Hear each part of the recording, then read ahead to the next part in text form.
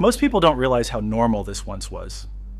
Walking into a store you trusted, seeing familiar faces behind the counter, knowing that next month, and probably next year, that place would still be there. For decades, American retail wasn't exciting, and that was exactly the point. It was dependable.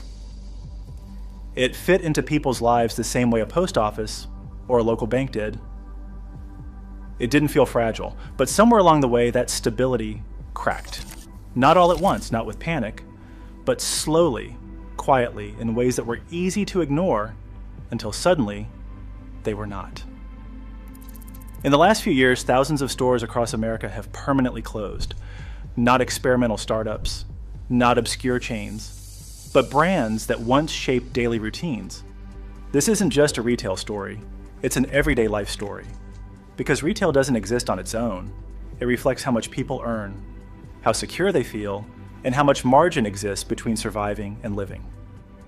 There was a time when the American middle class had that margin, enough room to browse, enough room to buy something that wasn't strictly necessary, enough room to plan for next season, not just next week.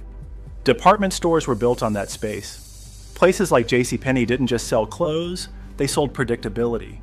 You knew roughly what a shirt cost, you knew when sales happened, and you knew that if your kids needed something for school, you could find it without anxiety. That model worked as long as wages and costs moved together. But over time, they didn't.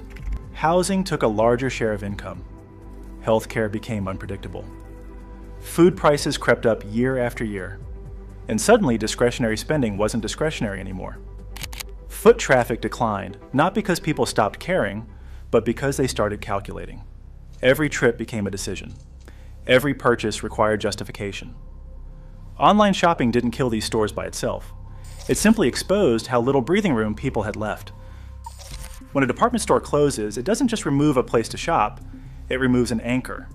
Malls were designed around those anchors. Small retailers depended on that steady flow of people. Restaurants depended on it. Maintenance crews, security staff, cleaners, all depended on it. When the anchor goes dark, the ecosystem collapses. That's why mall closures feel so sudden. They aren't sudden at all. They're delayed reactions to one structural failure.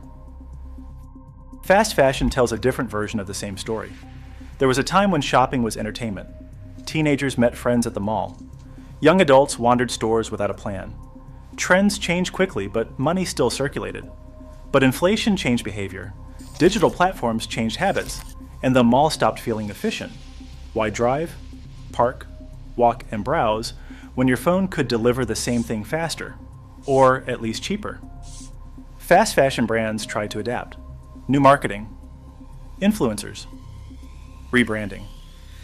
But the problem was not presentation, it was timing. Those businesses were built for abundance.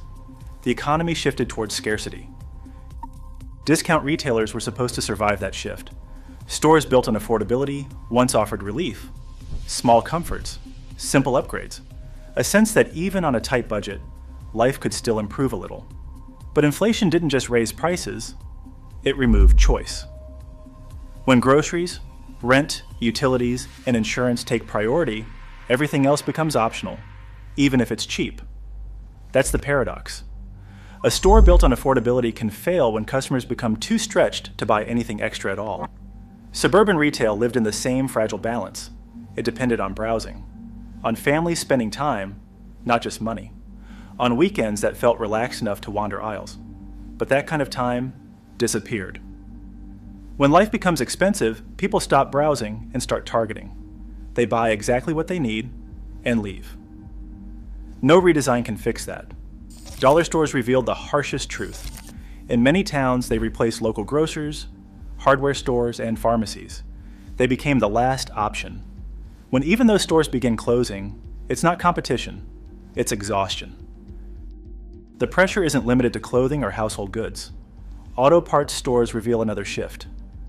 Do-it-yourself culture thrived when machines were mechanical, when repairs required tools, not software.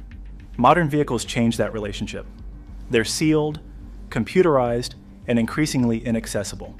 An entire way of interacting with everyday objects disappeared, along with the stores that supported it. Convenience stores tell another version of the same story. They once thrived on impulse, late-night stops, quick purchases, unplanned spending. But convenience moved to APOPES, delivered, scheduled, contactless. Meanwhile, operating physical stores became more dangerous and more expensive. Insurance costs rose. Crime increased. Labor shortages turned 24-hour operations into liabilities. Being open stopped being an advantage. Big box electronics stores felt the shift early. They survive competitors by adapting, but adaptation has limits. When products last longer, replacement cycles stretch. When consumers stop upgrading, square footage becomes a burden. Even loyalty can't overcome basic math. Department store icons didn't just shrink, they triggered collapse. When a major store leaves a mall, restaurants lose customers. Small retailers follow. Parking lots empty. What's lost isn't nostalgia, it's economic gravity. Pharmacies expose the human cost most clearly. When a pharmacy closes, it doesn't just inconvenience people, it creates gaps in healthcare access. Longer drives, delayed prescriptions, missed medications. These aren't lifestyle changes, they're risk factors. Even technology couldn't override economic reality. Grocery retail proved resistant to innovation. Margins stayed thin. Customers became ruthless about price. And convenience meant nothing when budgets tightened. Technology couldn't fix a system where costs rose faster than incomes. Which brings everything to the final pillar. For decades, there was one place people turned when nothing else fit the budget. The last guarantee of affordability. When that final option retreats from certain towns, it's not a strategy shift. It's a signal that affordability itself is under pressure. When the last affordable option leaves, communities don't adjust, they fracture. Jobs vanish. Suppliers disappear. Entire towns lose their economic center. What makes this moment so difficult to recognize is that it doesn't feel dramatic. There are no empty shelves nationwide, no ration cards, no official announcement that something has ended. Instead, it shows up in small, personal adjustments. People shop faster than they used to. They linger less. They compare prices more carefully. They leave stores with fewer bags, or none at all. For older generations, this change feels unsettling in a quiet way, because it contrasts sharply with how normal everyday life once felt. In the 1980s and the 1990s, retail wasn't something people analyzed. You didn't calculate whether you could afford to walk through a store. You didn't wonder if browsing would tempt you into a mistake. Shopping trips were built into life. Saturday mornings, back-to-school weekends, holiday evenings under bright lights and familiar music. Those routines created rhythm, and rhythm created stability.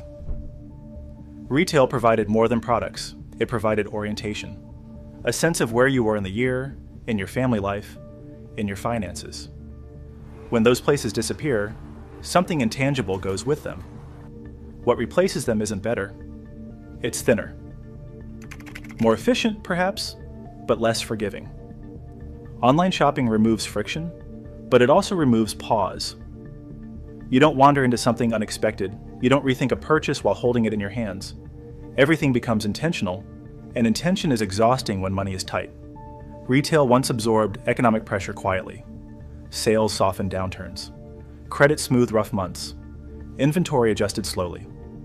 Now pressure travels instantly, from wages to wallets, from wallets to stores, from stores to closures. There is no buffer anymore. And when that buffer disappears, the most vulnerable places feel it first. Rural towns, edge neighborhoods, communities with fewer alternatives. When a store closes there, it doesn't redirect traffic. It removes access. Longer drives.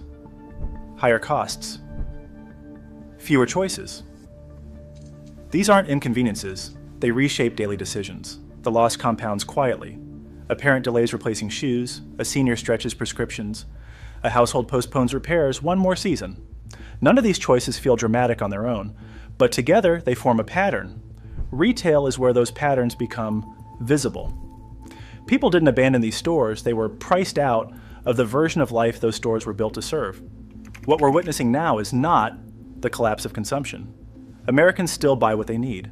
It's the collapse of slack, of margin, of ease. The space between necessity and comfort has narrowed to almost nothing. And history shows that when everyday life loses that space, societies don't notice right away. They adapt.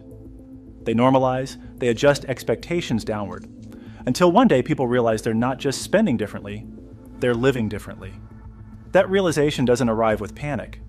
It arrives with silence. A familiar store no longer lights up at night. A parking lot stays empty. A routine disappears, and life quietly moves on without it.